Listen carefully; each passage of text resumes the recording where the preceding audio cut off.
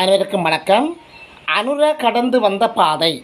அனுரா பிறப்பிலிருந்து இன்று வரை அவர் பல்வேறு கட்டங்களில் பல்வேறு சம்பவங்களை தாண்டி பல்வேறு நிலைகளை தாண்டி பல்வேறு துன்பங்கள் துயரங்களை எல்லாம் தாண்டி இன்றைக்கு அவர் ஒரு நிறைவேற்று அதிகாரம் கொண்ட ஜனாதிபதியாக இலங்கைக்கு முடிசூடி உள்ளார்.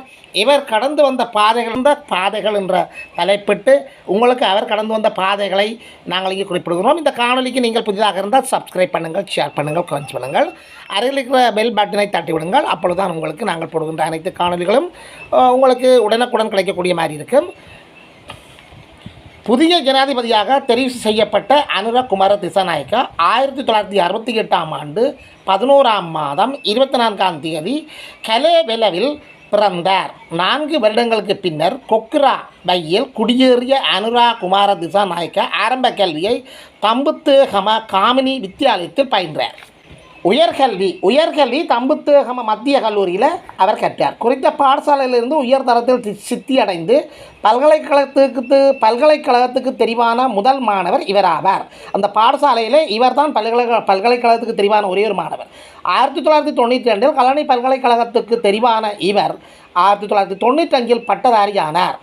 இவருடைய அரசியல் வாழ்க்கையை பற்றி நாங்கள் பார்ப்போமானால் 1997 சோசலிச இளைஞர் அமைப்பின் தேசிய அமைப்பாளராக நியமிக்கப்பட்டார். 1997 ஜேவிபியின் மத்திய செயற்குழு உறுப்பினராகவும் 1998 ஜேவிபியின் அரசியல் குழு உறுப்பினராகவும் நியமிக்கப்பட்டார். 1998 மத்திய மாகாண சபை தேர்தலில் முதலமைச்சர் வேட்பாளராக போட்டியிட்டார். 2000ஆம் ஆண்டில் இவர் தேசிய பட்டியல் மூலம் பாராளுமன்றத்துக்கு தெரிவானார். 2004 குர்நாகல் மாவட்டத்தில் போட்டியிட்டு அதிக விருப்பு வாக்குகளுடன் பாராளுமன்றத்துக்கு தெரிவானார். கூட்டணி அரசாங்கத்தில் விவசாய அமைச்சர் பதவியையும் வகித்தார். 2008 ஜேபியின் பாராளுமன்ற குழு தலைவராக நியமிக்கப்பட்டார். 2010 தேசிய பட்டியல் ஊடாக பாராளுமன்றத்துக்கு தெரிவானார். 2014 ஜனவரி 2ஆம் தேதி ஜேபியின் தலைவராக நியமிக்கப்பட்டார். அவர் பதவியேற்ற பின்னர் மாகாண சபை தேர்தலில் ஜேபியின் வாக்கு வங்கி அதிகரித்தது. 2015 நடைபெற்ற பொதுத் தேர்தலில் கொழும்பு மாவட்டத்தில் போட்டியிட்டு வெற்றி பெற்றார். எதிர்க்கட்சி பிரதம கொறடாவாக செய்யப்பட்டார்.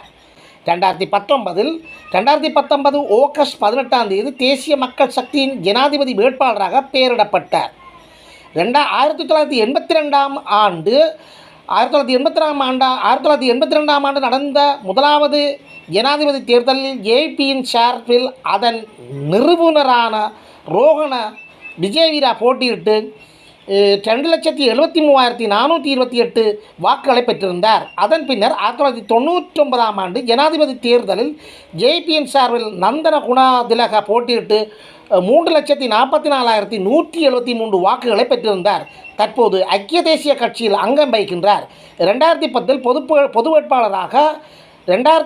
பொது வேட்பாளராக களமிறங்கிய பொன்சேகாவுக்கு ஆதரவு வழங்கினார்.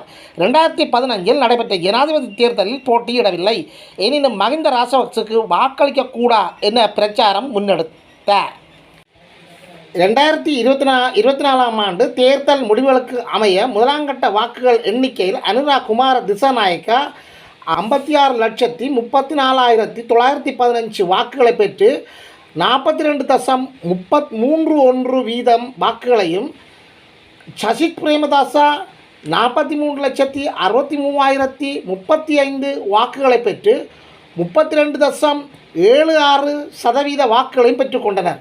இதற்கமைய அனுரா குமார திசாநாயக்கா வாக்கு எண்ணிக்கையில் வெற்றி பெற்ற போதும் 50% வாக்கினை பெறாத காரணத்தினால் 2ஆம் கட்ட விருப்பு வாக்கு எண்ணிக்கையின் அடிப்படையில் வாக்குகளின் எண்ணிக்கைக்கு அமைய சசித் பிரேமதாசா 1,67,867 விருப்பு வாக்குகளையும், அனுரா குமார திசாநாயக்கா 1,05,264 விருப்பு வாக்குகளையும் பெற்றுக்கொண்டார். இதற்கமைய மொத்த வாக்குகளாக அனுரா குமார திசாநாயக்கா 57,40,179 வாக்குகளை பெற்று இந்த நாட்டின் 9வது நிறைவேற்று அதிகாரம் கொண்ட ஜனாதிபதியாக தெரிவு செய்யப்பட்டுள்ளார். இதுவரை எதிர்த்து போட்டியிட்ட சசித் பிரேமதாசா மொத்தமாக 45,30,902 வாக்குகள் பெற்றுக்கொண்டமை இங்கு குறிப்பிடத்தக்கது.